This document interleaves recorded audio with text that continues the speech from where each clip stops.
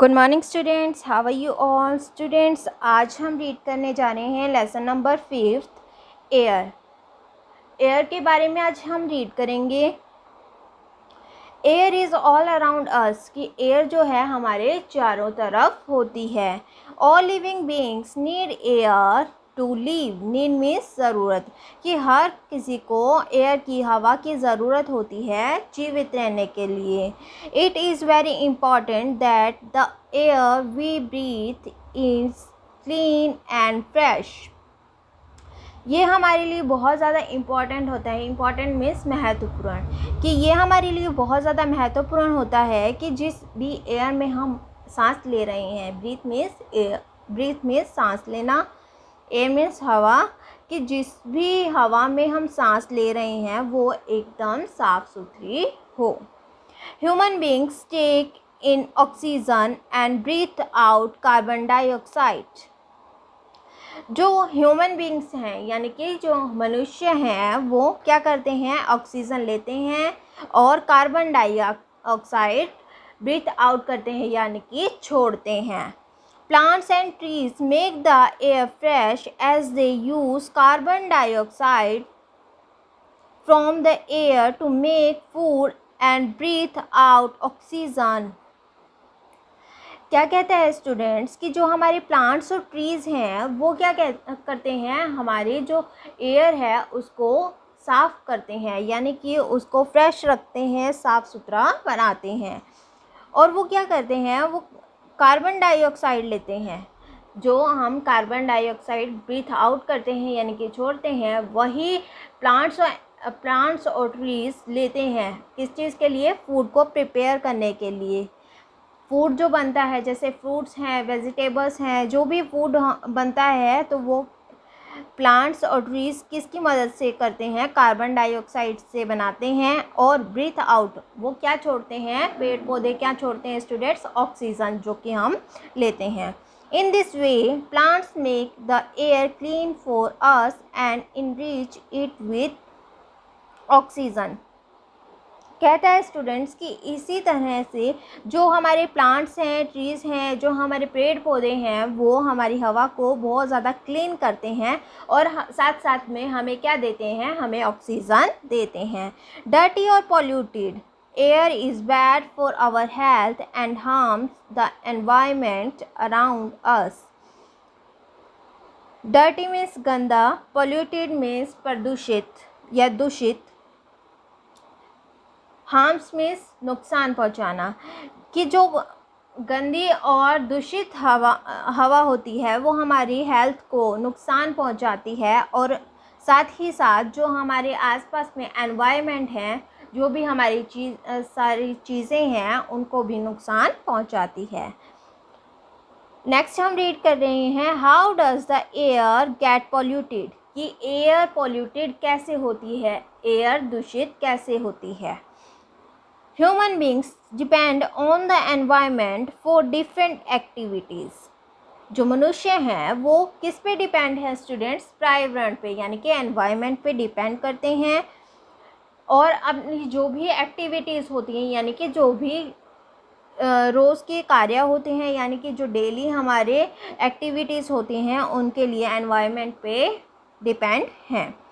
Some of this activities pollute the environment, कि कुछ ऐसी एक्टिविटीज़ होते हैं, कुछ ऐसे काम होते हैं जो एनवायरनमेंट को यानी कि पर्यावरण को दूषित बनाते हैं। दे आर, वो कौन कौन से हैं, ब्रस्टिंग ऑफ फायर क्रैकर्स यानी कि पटाखों का जलना। पटाखे जब जलते हैं तो उनमें से धुआं निकलता है, धुएं से क्या हो जाता है, air pollution. Smoke from vehicles on the road, जो हमारे व्हीकल से, जो हमारे बाइक्स हैं, कार हैं, ट्रैक्टर हैं, ट्रक हैं, इनसे निकलने वाला धुआं जब व्हीकल से निकलता है रोड पे, जब धुआं फैल जाता है तो वो जाकर के किस में घुल जाता है स्टूडेंट्स, हवा में घुल जाता है और जिससे वायु प्रदूषण हो जाता है। स्मोक फ्रॉम फैक्ट्रीज़, जो बड़ी बड़ी फैक्ट्रीज़ हैं जैसे कि हम इस पिक्चर में देख सकते हैं, जो भी बड़ी बड़ी फैक्ट्रीज़ हैं, फैक्ट्रीज से निकलने वाला धुआं जाकर के हवा में मिल जाता है और हवा को दूषित कर देता है। throwing wastage in the open in the water bodies और इन द वाटर बॉडीज़। क्या कहते हैं स्टूडेंट्स कि जो हम वेस्टेज, थ्रोइंग वेस्टेज यानी कि जो घरों से निकलने वाला कूड़ा कचरा होता है या फिर कहीं से भी निकलने वाला कूड़ा कचरा होता है, जब हम उसे ओपन में फेंक देते हैं या फिर जल निकायों में, वाटर बॉडीज़ यानी कि जल निकायों में फेंक देते हैं, जैसे रिवर है, पॉन्ड है, लेक हैं, इनमें फेंक देते हैं, तब भी क्या हो जाता है, पॉल्यूशन फैल जाता है। ब्रशिंग ऑफ गार्बेज, रबर और वुड। जो गार्बेज है, गार्बेज यानी कि कूड़ा कचरा, जब कूड़ा कचरा को जलाया जाता है, रबड़ को जलाया जाता है और लकड़ियों को जलाया जाता है, उनमें से निकलने वाला जो धुआं होता है, धुएं के कारण क्या होता है, वो हवा में जाकर मिल जाता है। हवा में जाने के कारण वो क्या हो जाती है, हवा दूषित हो जाती है। नेक्स्ट हम रीड करेंगे students, some tips to enjoy fresh air and stay healthy. कि ऐसी कुछ चीज़ें हैं, ऐसी कुछ टिप्स हैं जो कि जिससे कि हम अपनी फ्रेश और क्लीन एयर को एंजॉय कर सकते हैं, जो हमारे लिए अच्छी होती है। We must plant more trees to get fresh and clean air. हमें क्या करना चाहिए, हमें बहुत ज़्यादा से ज़्यादा पेड़ पौधे लगाने चाहिए ताकि हमें साफ़ सुथरी एयर मिल सके। यानी कि हमें क्लीन एयर में अगर सांस लेना है तो हमें क्या करना चाहिए, ज़्यादा से ज़्यादा पेड़ पौधे हमें लगाने चाहिए।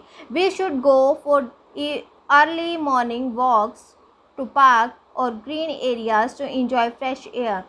हमें क्या करना चाहिए, हमें मॉर्निंग के समय यानी कि सुबह सुबह सैर करने के लिए जाना चाहिए, कहीं भी पार्क में जाना चाहिए या फिर जहाँ पर भी ज़्यादा हरियाली होती है वहाँ पर हमें जाना चाहिए। क्योंकि वहाँ की जो हवा है वो फ्रेश होती है, क्लीन होती है, इसीलिए हमें पार्क्स में या ग्रीन एरिया में जाना चाहिए वॉक के लिए। We should keep the doors and windows open to let in sunlight and fresh air specially in the morning.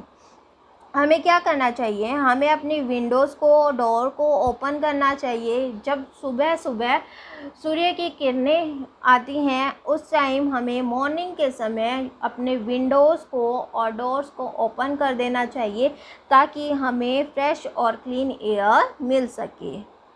We should throw the garbage in covered bins and not throw it in the open.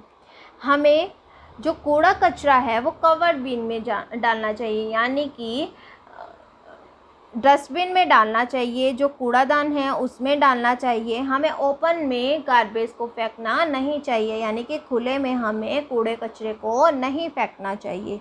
We should have factories and industrial surrounded by green areas and away from colonies and residential area. Colonies यानी कि जो हमारी colonies निकली होती हैं जिसमें हम रहते हैं। रेजिडेंटल एरिया होता है स्टूडेंट रहायशी एरिया जहाँ पर हम रहते हैं।